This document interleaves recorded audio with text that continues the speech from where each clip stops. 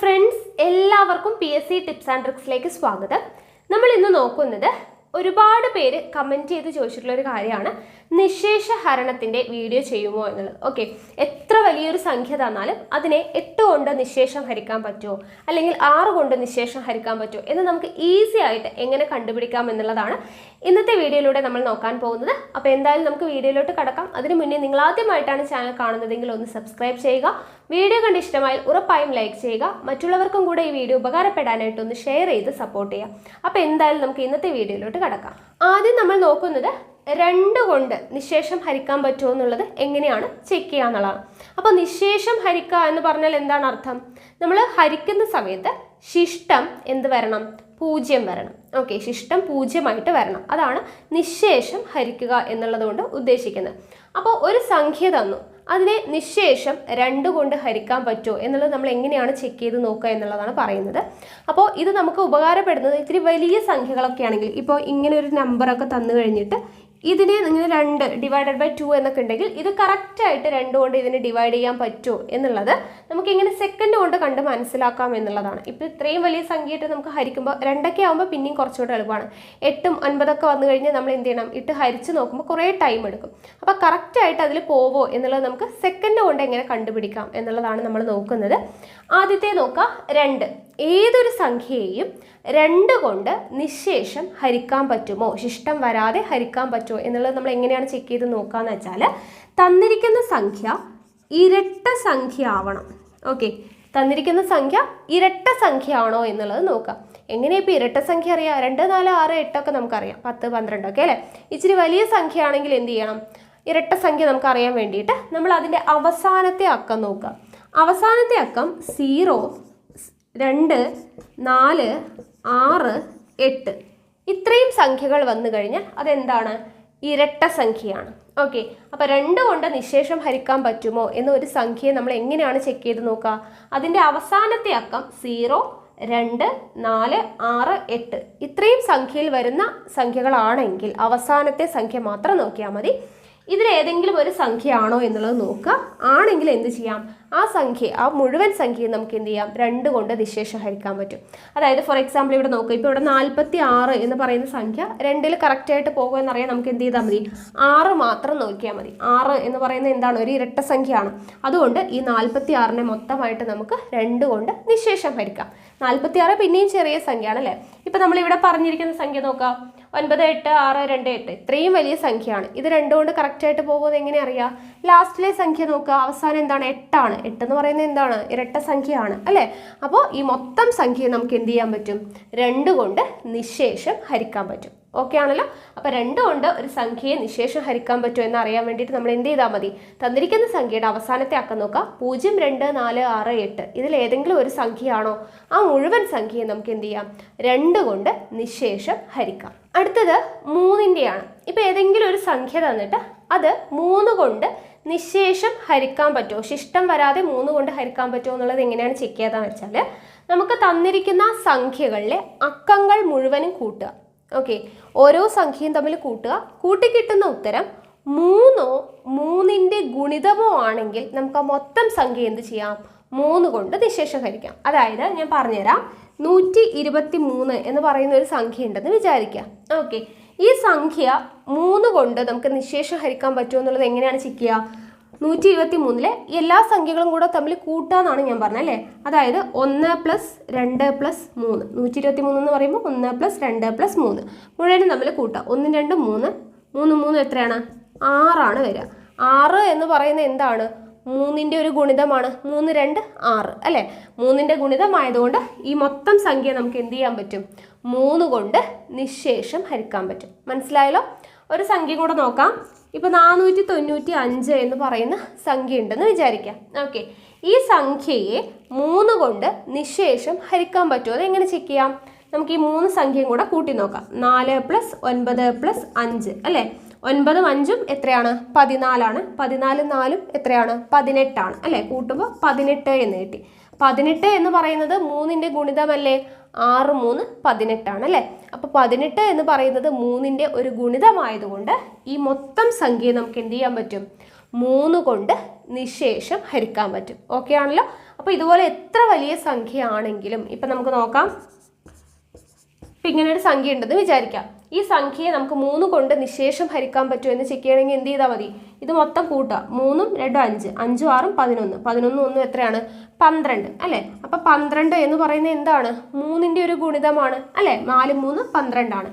അപ്പോൾ എന്താണ്? 12 3ന്റെ ഗുണിതമായതുകൊണ്ട് ഈ മൊത്തം സംഖ്യ നമുക്ക് എന്ത് ചെയ്യാം? 3 കൊണ്ട് നിശേഷം ഹരിക്കാൻ പറ്റും. ഓക്കെ ആണല്ലോ? അപ്പോൾ ഇത്രയേ ഉള്ളൂ. ഇതിനു വേണ്ടിയിട്ടാണ് നമ്മൾ നിശേഷ ഹരണം പഠിക്കുന്നത്. അപ്പോൾ എത്ര വലിയ സംഖ്യ ആയിക്കോട്ടെ ആ സംഖ്യയിലെ ഓരോ സംഖ്യകളും തമ്മിൽ കൂട്ടുക. അപ്പോൾ 123 എന്ന് പറയുമ്പോൾ 1 + 2 + 3 ഓരോ സംഖ്യയും തമ്മിൽ കൂട്ടുക.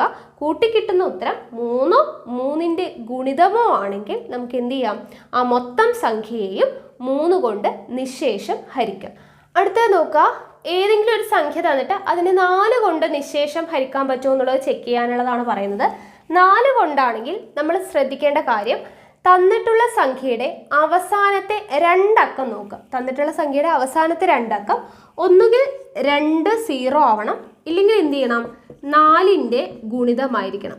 ഓക്കെ, ഒന്നുകിൽ 2 0 ആയിരിക്കണം അവസാനത്തെ 2 അക്കം, ഇല്ലെങ്കിൽ 4ന്റെ ഗുണിതമായിരിക്കണം.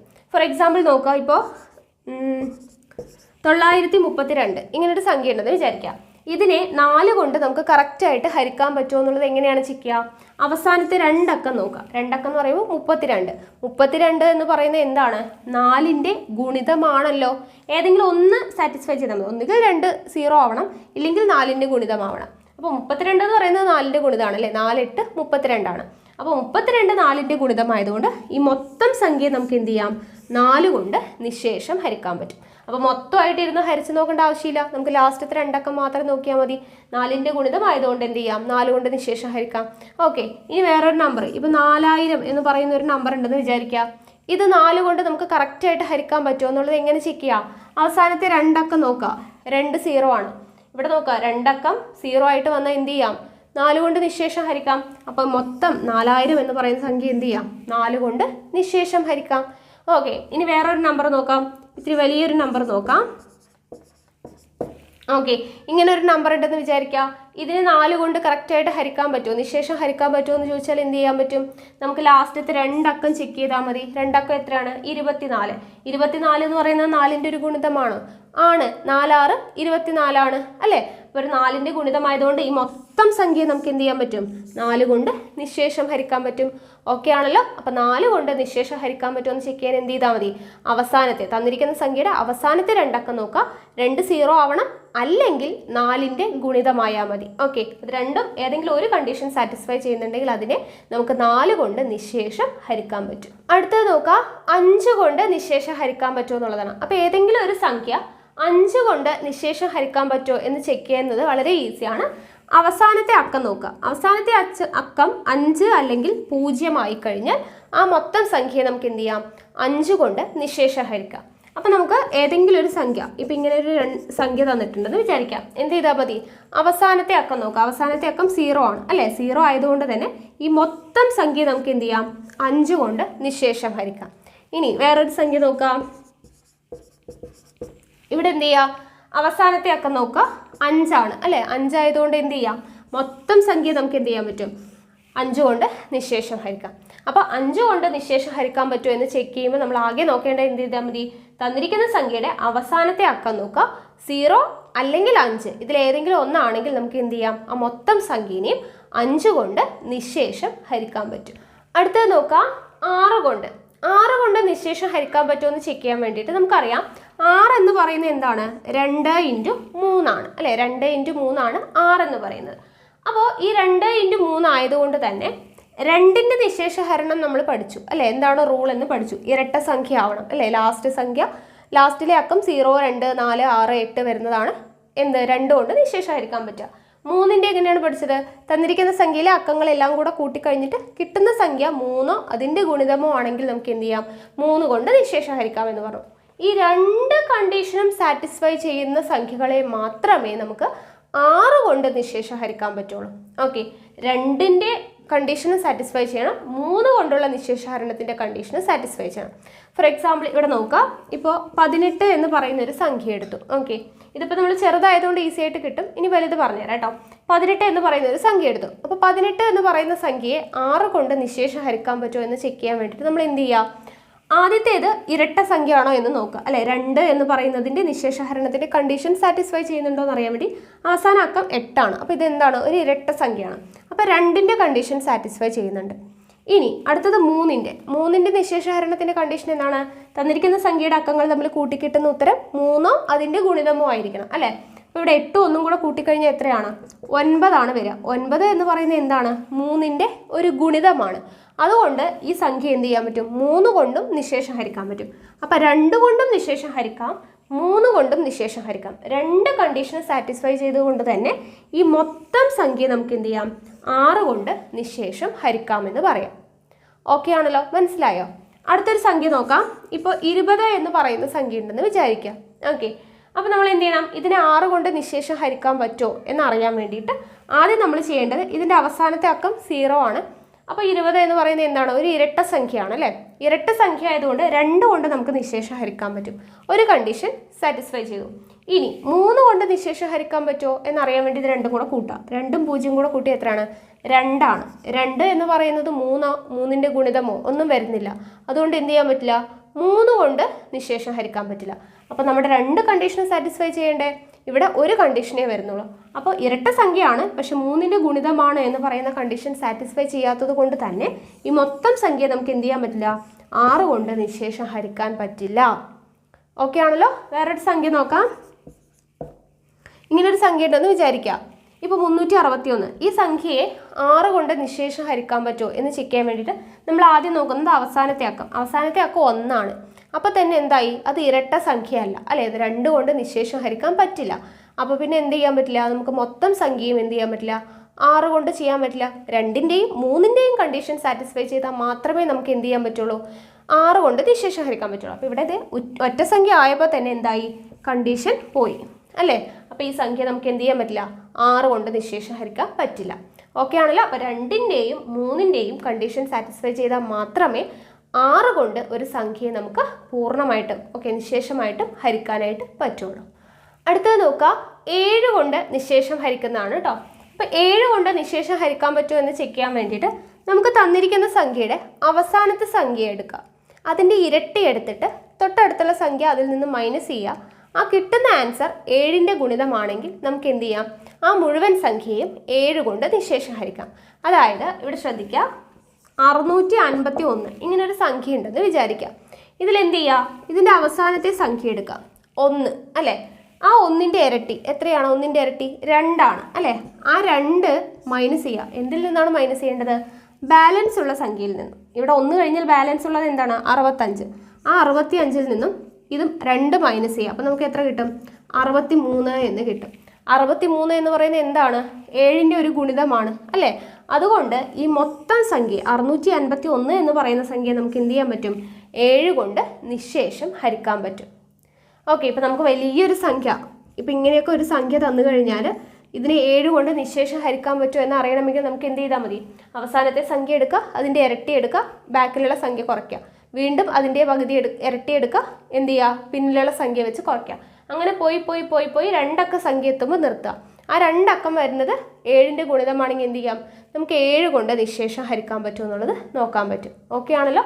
അപ്പോൾ ഇങ്ങനെയാണ് നമ്മൾ ചെയ്യുക. ഒരു എക്സാമ്പിളും കൂടെ നോക്കാം. ഇപ്പോൾ ഇങ്ങനൊരു സംഖ്യ ഉണ്ടെന്ന് വിചാരിക്കാം. ഓക്കെ, അപ്പോൾ ഈ സംഖ്യയെ നമുക്ക് നിശേഷം 7 കൊണ്ട് ഹരിക്കാൻ പറ്റുമോ എന്നുള്ളത് എങ്ങനെയാണ് നോക്കുക? അവസാനത്തെ സംഖ്യ എടുക്കുക, 1 ആണ്. 1ൻ്റെ ഇരട്ടി എത്രയാ? 2, അല്ലേ? ആ 2 മൈനസ് ചെയ്യുക. എന്തിൽ നിന്നാണ് മൈനസ് ചെയ്യേണ്ടത്? ലാസ്റ്റുള്ള ഈ 3 സംഖ്യ കൊണ്ട്. 432. 432 2 പോയി എത്രയാണ്? 430 ആണ്, അല്ലേ? 3 അക്ക സംഖ്യ ആയിട്ടുള്ളൂ. 2 അക്ക സംഖ്യ ആവുന്നത് വരെ ഇത് ചെയ്തുകൊണ്ടിരിക്കണം. ഇനി 3 അക്ക സംഖ്യ കിട്ടി. ഇവിടെ അടുത്ത ലാസ്റ്റ് സംഖ്യ എന്താണ്? 0. 0യുടെ ഇരട്ടി എന്ന് പറഞ്ഞാൽ എന്താണ്? 0 തന്നെയാണ്. അപ്പോൾ ആ 0 മൈനസ് ചെയ്യുക. എവിടെ നിന്നും? 43ൽ നിന്നും. 43ൽ നിന്ന് 0 പോയി എന്താണ്? 43 തന്നെയാണ്. 43 എന്ന് പറയുന്നത് 7ൻ്റെ ഒരു ഗുണിതമാണോ? ആണോ? അല്ല. അപ്പോൾ എന്ത് ചെയ്യാൻ പറ്റില്ല? ഈ മൊത്തം സംഖ്യയെ നമുക്ക് 7 കൊണ്ട് നിശേഷം ഹരിക്കാൻ പറ്റില്ല. ഓക്കെ ആണല്ലോ? അപ്പോൾ ഇങ്ങനെയാണ് ചെക്ക് ചെയ്യേണ്ടത്. അപ്പോൾ 7ന്റെ നിശേഷഹരണം എങ്ങനെയാണ്? തന്നിട്ടുള്ള സംഖ്യയിലെ അവസാനത്തെ സംഖ്യ എടുക്കുക, അതിൻ്റെ ഇരട്ടി എടുക്കുക, അതിനെ തൊട്ടടുത്തുള്ള സംഖ്യയിൽ നിന്ന് കുറയ്ക്കുക.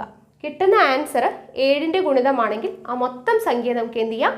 7 കൊണ്ട് നിശേഷം ഹരിക്കാം. അടുത്തത് നോക്കുക, 8 കൊണ്ട് നിശേഷം ഹരിക്കുന്നതാണ് പറയുന്നത്. ഓക്കെ, അപ്പോൾ 8 കൊണ്ട് ഒരു സംഖ്യയെ നിശേഷം ഹരിക്കാൻ പറ്റുമോ എന്നുള്ളത് ചെക്ക് ചെയ്യുന്നത് അതിൻ്റെ അവസാനത്തെ 3 അക്കം നോക്കിയിട്ടാണ്. അവസാനത്തെ 3 അക്കം ഒന്നുകിൽ 0 ആവണം, അല്ലെങ്കിൽ എന്താവണം?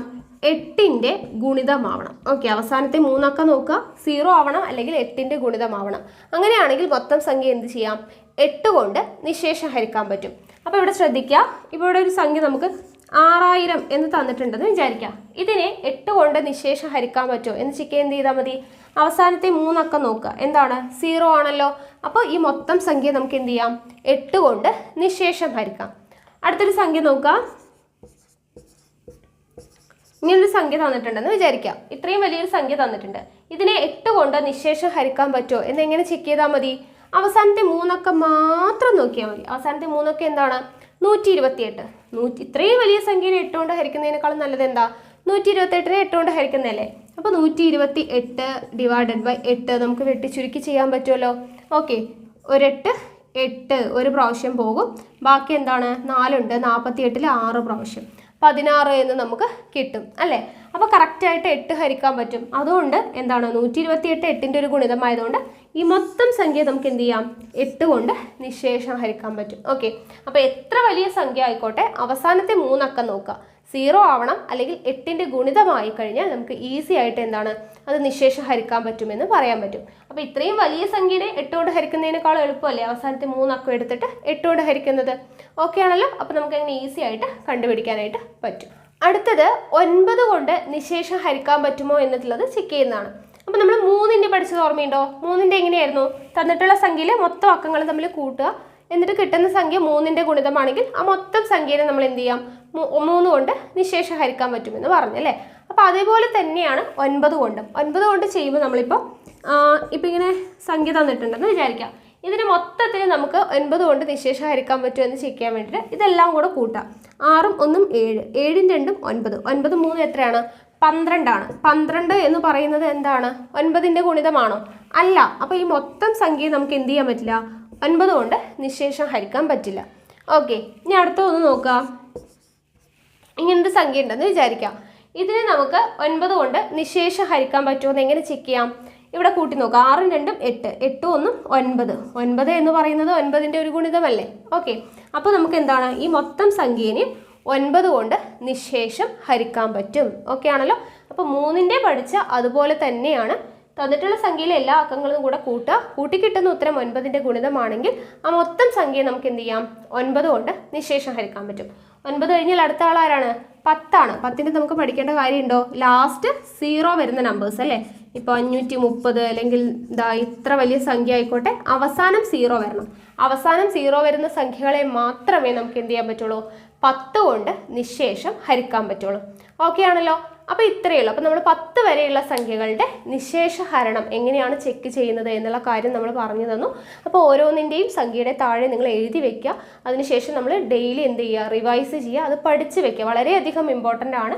PSCയുടെ എക്സാമിനായാലും സ്കൂളിൽ പഠിക്കുന്ന കുട്ടികൾക്കൊക്കെ ആയാലും നമ്മൾ ഹരിക്കുമ്പോഴും എല്ലാത്തിനും ഏത് കണക്കിൻ്റെ എന്ത് പ്രോബ്ലം ചെയ്യുകയാണെങ്കിൽ നമുക്ക് എല്ലായിടത്തും ആവശ്യമായിട്ടുള്ളൊരു കാര്യമാണ് കറക്റ്റായിട്ട് പോവോ എന്നുള്ള കാര്യം ചെക്ക് ചെയ്യുന്നത്. ഓക്കെ, അപ്പോൾ ചെക്ക് ചെയ്യാൻ വേണ്ടിയിട്ട് നമുക്ക് ഇപ്പോൾ പറഞ്ഞു തന്നിട്ടുള്ള ഈ ചെറിയ ചെറിയ വഴികളൊക്കെ യൂസ് ചെയ്ത് കഴിഞ്ഞാൽ പെട്ടെന്ന് നമുക്ക് കണ്ടുപിടിക്കാൻ പറ്റുന്നതേ ഉള്ളൂ. ഓക്കെ ആണല്ലോ. അപ്പോൾ നിങ്ങൾക്ക് ഇഷ്ടമായെന്ന് വിചാരിക്കുന്നു.